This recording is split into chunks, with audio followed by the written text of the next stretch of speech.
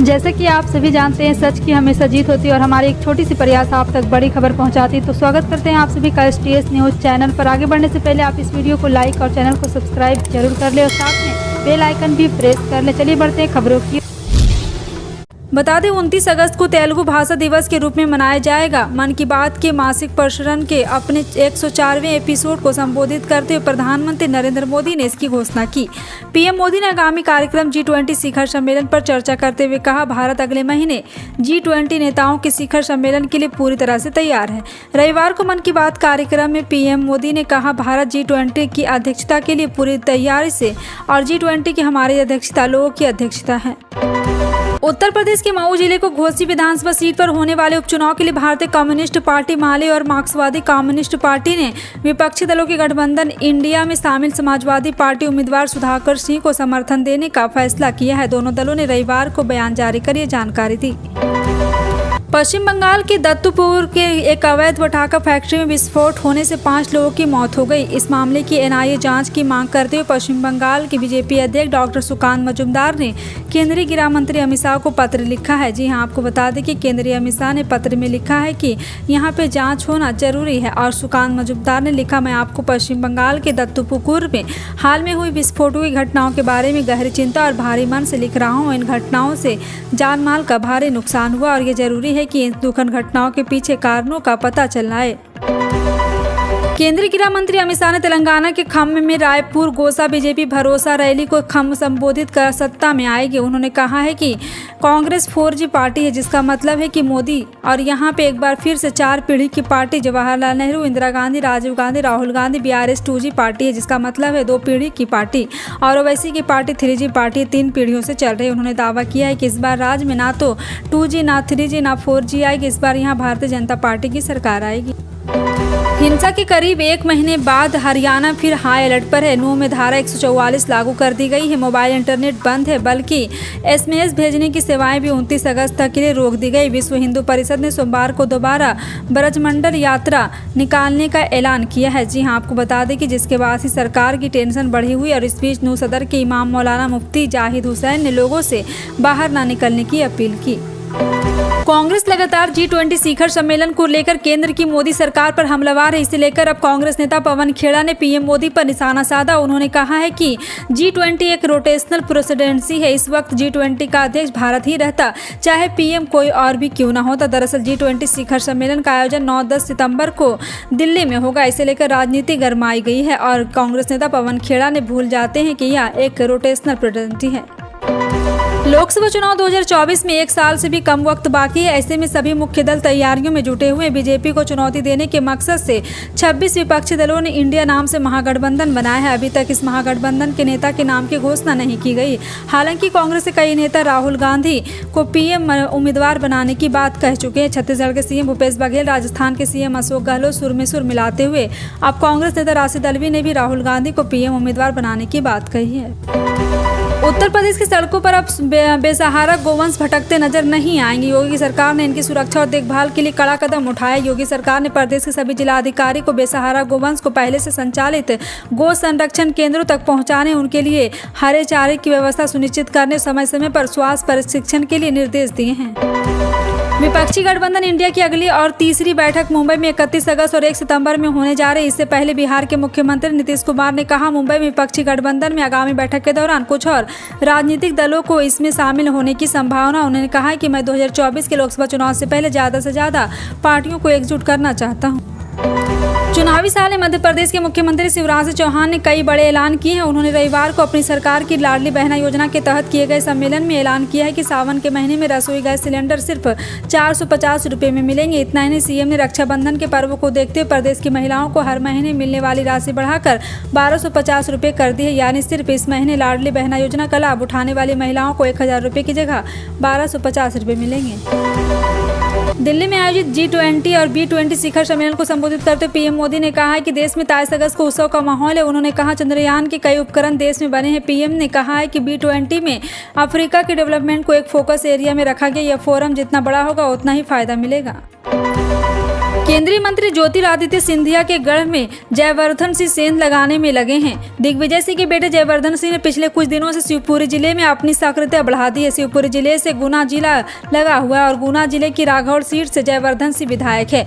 पूर्व मंत्री और कांग्रेस विधायक जयवर्धन सिंह लगातार शिवपुरी जिले में दौरे कर रहे हैं और भाजपा को असंतुष्ट नेताओं को तोड़ने में लगे हुए हैं।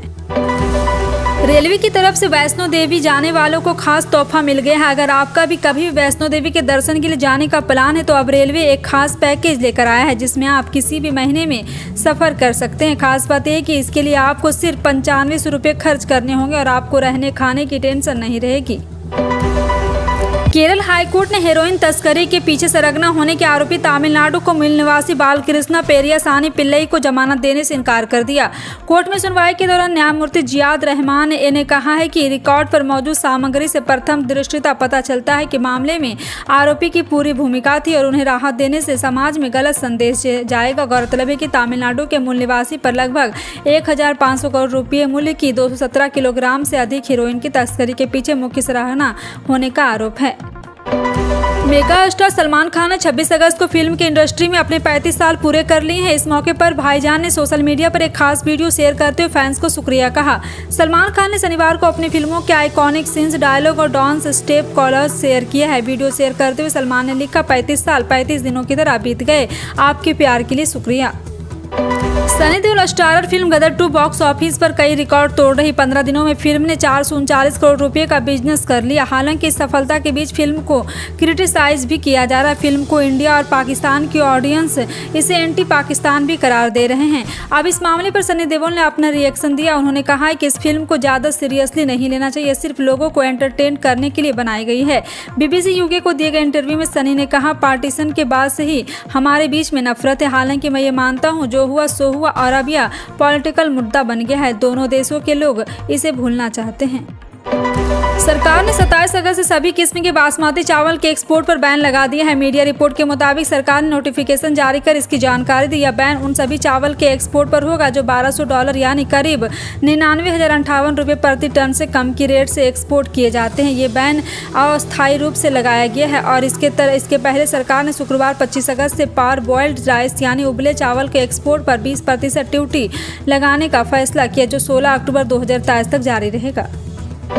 कांग्रेस प्रवक्ता आलोक शर्मा ने रविवार को बड़ा दावा किया है। उन्होंने कहा है कि एक बार भाजपा ने राष्ट्रीय जनतांत्रिक गठबंधन की बैठक में हिस्सा लेने वाले 38 दलों में से 4 से 5 दल इंडिया गठबंधन से संपर्क में हैं और उनमें से कुछ आने वाले दिनों में विपक्षी गुट में शामिल होंगे। उन्होंने यहां एक संवाददाता सम्मेलन में कहा, प्रधानमंत्री नरेंद्र मोदी द्वारा संबोधित राजग की बैठक में हिस्सा लेने वाले 38 दलों में से कम 4 से 5 राजनीतिक दल इंडिया गठबंधन के संपर्क में हैं। महाराष्ट्र में एक बार फिर से घमासान मचा हुआ है। महाराष्ट्र में भाजपा शिवसेना गठबंधन सरकार में शामिल होने के बाद शनिवार को पहली बार बारामती पहुंचे राष्ट्रवादी कांग्रेस पार्टी के नेता अजित पवार का क्षेत्र में भव्य स्वागत हुआ। बारामती राकंपा प्रमुख शरद पवार का गढ़ कहलाता है। महाराष्ट्र विधानसभा में अजित पवार इस क्षेत्र का प्रतिनिधित्व करते हैं। सफेद कुर्ता पायजामा और पगड़ी पहनकर बारामती पहुंचे अजित पवार पर फूलों की बारिश की गई और उन्हें एक बड़ी माला भेंट की गई। वह एक वाहन में रोड शो के नेतृत्व करते हुए रैली स्थल तक पहुंचे। रैली में अजित पवार ने कहा कि भाजपा शिवसेना गठबंधन सरकार में शामिल होने का एकमात्र कारण राज्य का विकास था। उन्होंने देश में कई परियोजनाओं को लागू करने के लिए प्रधानमंत्री नरेंद्र मोदी की प्रशंसा की। अजित पवार ने पिछले महीने महाराष्ट्र के मुख्यमंत्री पद की शपथ लेकर सभी को चौंका दिया था।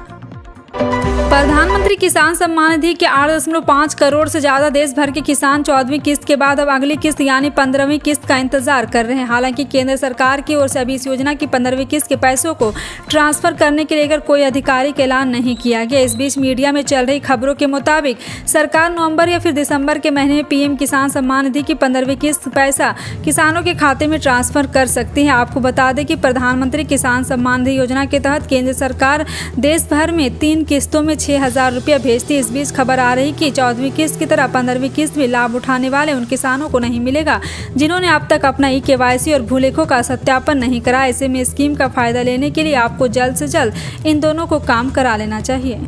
उत्तर भारत में अधिकतर इलाकों में अब बारिश की संभावना नहीं। राष्ट्रीय राजधानी दिल्ली, पंजाब, हरियाणा, राजस्थान, उत्तर प्रदेश में मौसम शुष्क रहने वाला है। मौसम पूर्वानुमान एजेंसी स्काईमेट के मुताबिक मानसून ट्रफ शाहजहांपुर, मुजफ्फरपुर, पूर्णिया, बांकापुर और फिर बंगाल की पूर्वोत्तर खाड़ी की ओर गुंजरा रही है। और आपको बता दें कि यहाँ पे मौसम पूर्वानुमान एजेंसी स्काईमेट के मुताबिक सितंबर के शुरुआत दिन में शुष्क ही रहने वाला है।